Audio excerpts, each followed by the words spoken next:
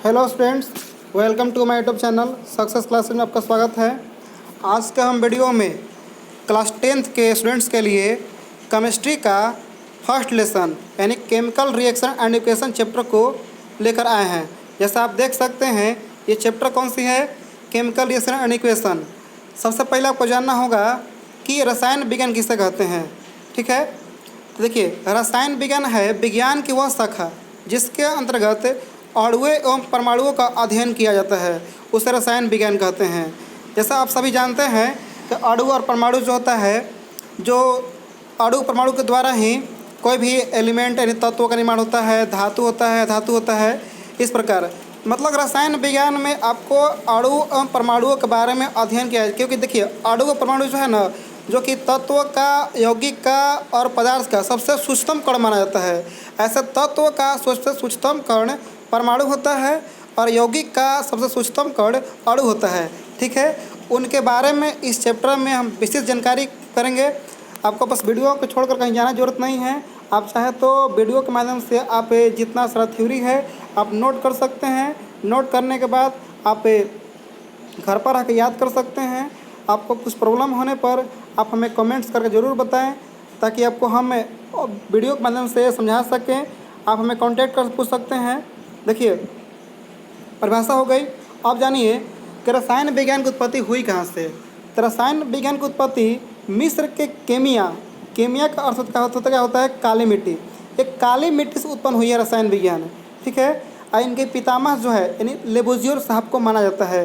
जैसे फिजिक्स का हो गया न्यूटन साहब हो गया, उसी प्रकार केमिस्ट्री का पितामह लेबोजियर को माना जाता है। जैसे आप देख सकते हैं यहाँ पर लेबोजियर साहब हैं।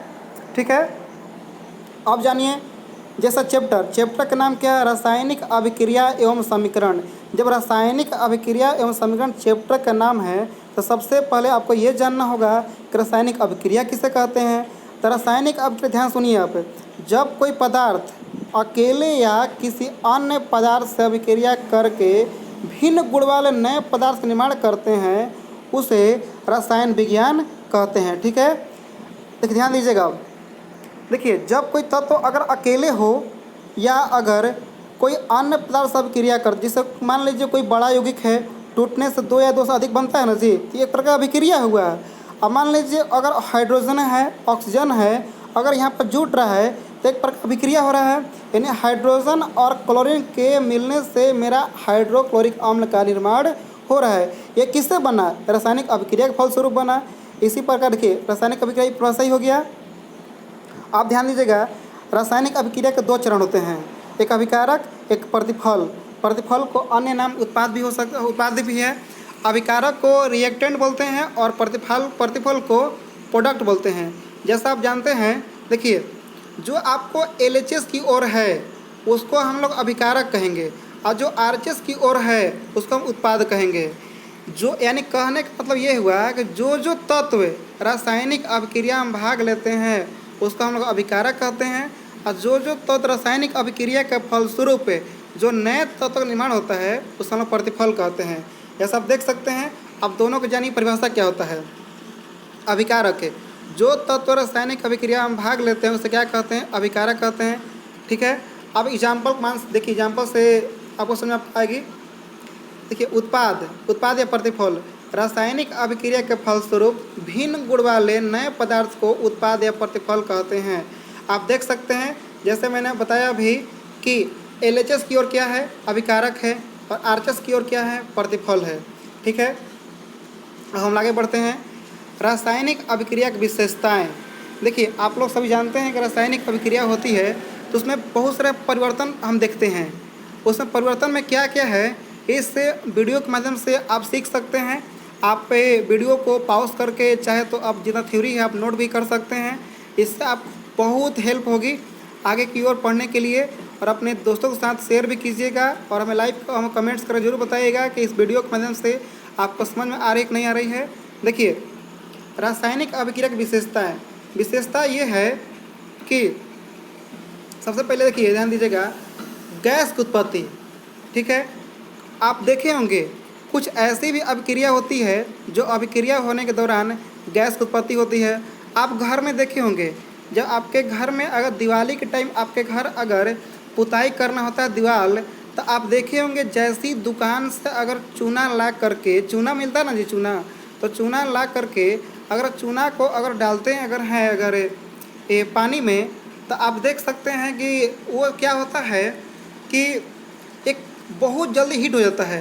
तो क्या हुआ, उसमें एक गैस की उत्पत्ति हुआ, यानी कह सकते हैं रासायनिक अभिक्रिया के फलस्वरूप गैस की उत्पत्ति भी होती है। जैसा कि मैंने एक एग्जाम्पल बताया है कि जब कोई लोहा सल्फ्यूरिक अम्ल से अभिक्रिया करती है तो फेरस क्लोराइड और हाइड्रोजन क्लोराइड निर्माण होती है। देखिए सॉरी, यहाँ पर हाइड्रोक्लोरिक अम्ल है जी, यानी फेरस लोहा का टुकड़ा, अगर यहाँ पर सॉरी हाइड्रोक्लोरिक अम्ल गलती बोल दिए थे, यहाँ पर हाइड्रोक्लोरिक अम्ल है, ठीक है। हाइड्रोक्लोरिक अम्ल जैसे अभिक्रिया कराएंगे तो फेरस क्लोराइड बनेगा और हाइड्रोजन गैस मुक्त होगा। देखिए यहाँ पर आपको ये ध्यान देना है, हाइड्रोजन का साइन के बगल में आपको तीर का साइन दिया गया है। तीर का साइन इसलिए दिया गया कि गैस है, जब भी कोई गैस होता है ना इस तरह यानी ऊपर की ओर चला जाता है। ये मेरा पहला हो गया, माने रासायनिक अभिक्रिया होगा तो गैस की उत्पत्ति होगा। अब ये जानिए कि अवस्था में परिवर्तन, अवस्था में परिवर्तन होता है। देखिए कैसे होता है, कुछ तत्व रासायनिक अभिक्रिया के दौरान अवस्था में परिवर्तन होती है। जैसे आप देख सकते हैं, आप देखे होंगे, आप किताब में पढ़े होंगे कि हाइड्रोजन को ऑक्सीजन के साथ जलाया जाता है तो जल का निर्माण होता है। यहाँ पर बहुत ही आश्चर्य की बात यह है कि हाइड्रोजन गैस है, ऑक्सीजन भी गैस है, जब दोनों गैस ली जाती है तो जल यानी द्रव बन गया। यानी हम यहाँ पर कह सकते हैं कि रासायनिक अभिक्रिया के फलस्वरूप ये मेरा हुआ, यानी गैस लिए मेरा क्या बन गया, द्रव बन गया। ये मेरा सेकंड विशेषता हो गया। अब तीसरा विशेषता ध्यान दीजिएगा, रंग में परिवर्तन। आप रंग परिवर्तन घर पर भी देख सकते हैं। कुछ रासायनिक अभिक्रिया में पदार्थों का रंग में भी परिवर्तन होता है। मान लीजिए आप देखे होंगे कि जैसे अगर लोहा का टुकड़ा को लेकर के कॉपर सल्फेट के विलयन डुबोएंगे ना, तो देखिए कॉपर सल्फेट के विलयन का रंग ऐसे तो नीला होता है, ठीक है, नीला। कॉपर सल्फेट के नाम भी है, नीला थोथा कहते हैं या नीला कशिश बोलते हैं या ब्लू विट्रोल भी कहते हैं। जैसे अगर फेरस टुकड़ा को अगर कॉपर सल्फेट के अगर विलयन में अगर डुबोया जाता है, जैसे डुबोएंगे तो यहाँ पर फेरस सल्फेट बनेगा और कॉपर को विस्थापित कर देगा। एक प्रकार से विस्थापन विक्रिया हुआ। अब देखिए कॉपर सल्फेट का क्या रंग होता है, नीला रंग होता है। अब यही नीला रंग क्या होता है ना, कॉपर यानी फेरस से रिएक्शन करके, यानी कॉपर सल्फेट से रिएक्शन जैसी करता है तो इसमें नीला रंग को गायब कर देता है और ये लाल भूरे रंग का ये विलयन बन जाता है। तो आप कह सकते हैं कि रासायनिक अभिक्रिया के फलस्वरूप रंग में परिवर्तन होता है। अब जानिए कि ताप में परिवर्तन, ठीक है। कुछ रासायनिक अभिक्रिया के फलस्वरूप ताप में परिवर्तन होता है। जैसा भी हम पीछे बताएं अभी कि घर पर जैसे ही पुताई करके चूना को डालते हैं पानी में तो बहुत अधिक मात्रा में ऊष्मा निकलता है। अब देखिए क्या होता है, अवक्षेप बनना। अवक्षेप देखिए होता है क्या, अवक्षेप वैसी रासायनिक अभिक्रिया होती है जो दो या दो से अधिक अभिक्रिया करने के पश्चात उसके तली में एक अवक्षेप के रूप में, यानी जो नहीं घुलता है उसको अवक्षेप कहते हैं। जो नहीं घुलता है तो उसी अवक्षेप के रूप में अलग हो जाता है, उसको क्या कहते हैं, अवक्षेप का बनना, ठीक है। तो आप देख सकते हैं, आप पढ़ भी सकते हैं कि वह कुछ ऐसी भी रासायनिक अभिक्रिया होती है जो अभिक्रिया के दौरान स्वतः अवक्षेप पदार्थ बन जाती है। मतलब पूरी तरह नहीं घुल पाता है, अभिक्रिया नहीं हो पाती है, तो उसे क्या कहते हैं, अवक्षेप कहते हैं। ये हम जाने रासायनिक अभिक्रिया के बारे में।